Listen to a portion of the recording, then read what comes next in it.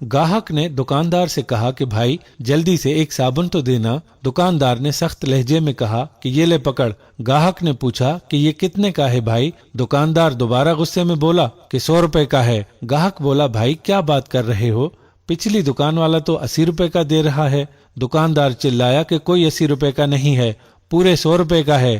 گاہک کہنے لگا یار ہر کوئی تو 80 روپے کا دے رہا ہے۔ دکاندار زور سے چیخا کہ میں کیا پاگل ہوں، پورے 10 سال سے دکان چلا رہا ہوں، 100 روپے کا ہے، اگر لینا ہے تو لو نہیں تو یہاں سے چلتے بنو۔ گاہک نے صابن واپس کرتے ہوئے کہا یہ لو اپنا صابن اور مجھے میرے پیسے واپس کر دو۔ دکاندار غصے سے بولا کہ کوئی پیسے واپس نہیں ہوں گے۔ اس نے صابن اٹھا کے زمین پر مارا اور کہا یہ لے اٹھا اسے اور یہاں سے چل دفع ہو یہاں سے، پتہ نہیں کہاں سے دماغ خراب کرنے آ جاتے ہیں۔ گاہک بیچارہ صابن اٹھا کر چل دیا۔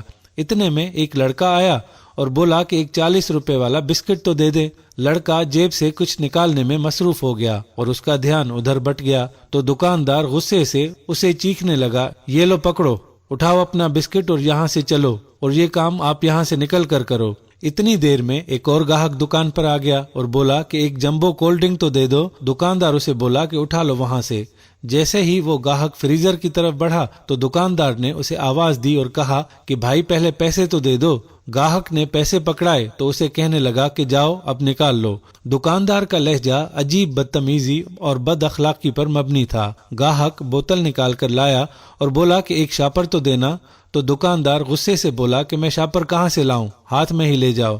گاہک نے اپنے ہاتھ کی مجبوری بتائی تو کہنے لگا میں کیا کروں، یہ تمہارا مسئلہ ہے، اور اس کے پیسے اس کی طرف پھینکتے ہوئے بولا کہ یہ لو اور یہاں سے چلتے بنو۔ اتنے میں گاہک کا فون بجا۔ اس نے اپنی جیب سے فون نکالا اور ریسیو کرتے ہوئے اس نے بولا کہ ہاں میں 2 منٹ میں پہنچتا ہوں۔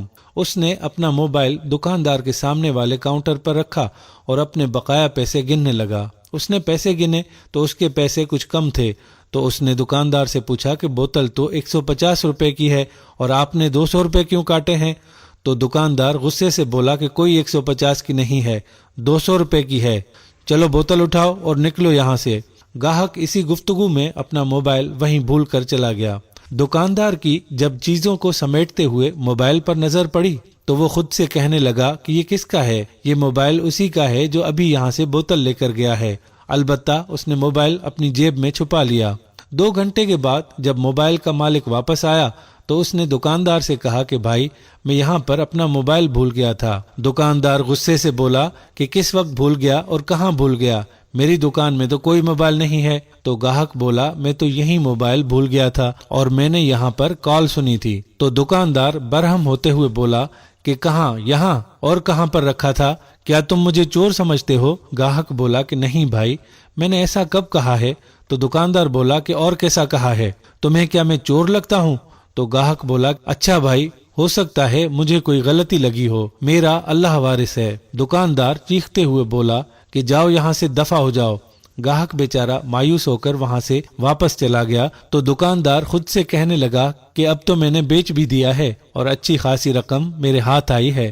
تھوڑی دیر بعد دکاندار کا ایک دوست اس کے پاس اس سے ملنے کے لیے آیا۔ سلام دعا کے بعد اس نے پوچھا کہ سناؤ بھائی، کاروبار کیسا جا رہا ہے؟ تو دکاندار بولا یار کاروبار کا تو کچھ مت پوچھو، جتنے بھی پیسے کماتا ہوں گھر لے جاتا ہوں، پتہ ہی نہیں چلتا کہ پیسے کہاں خرچ ہو گئے۔ میرا ایک بیٹا بیمار رہتا ہے اور اس کے علاج معالجے پر بھی کافی پیسہ خرچ ہوتا ہے۔ اب تو میں تھک چکا ہوں، میرا جتنا بھی پیسہ ہے اس کے علاج پر لگ رہا ہے، بس کیا کروں اب میں۔ سلام دعا اور حال احوال کے بعد وہ دوست واپس چلا گیا۔ کچھ دنوں بعد دکاندار نے دروازہ کھٹکھٹایا۔ اندر سے ایک لڑکا آیا تو دکاندار نے اسے کہا کہ بھائی کچھ دن پہلے آپ میری دکان پر آئے تھے اور وہاں پر اپنا موبائل بھول گئے تھے۔ تو وہ لڑکا بولا جی مجھے یاد ہے۔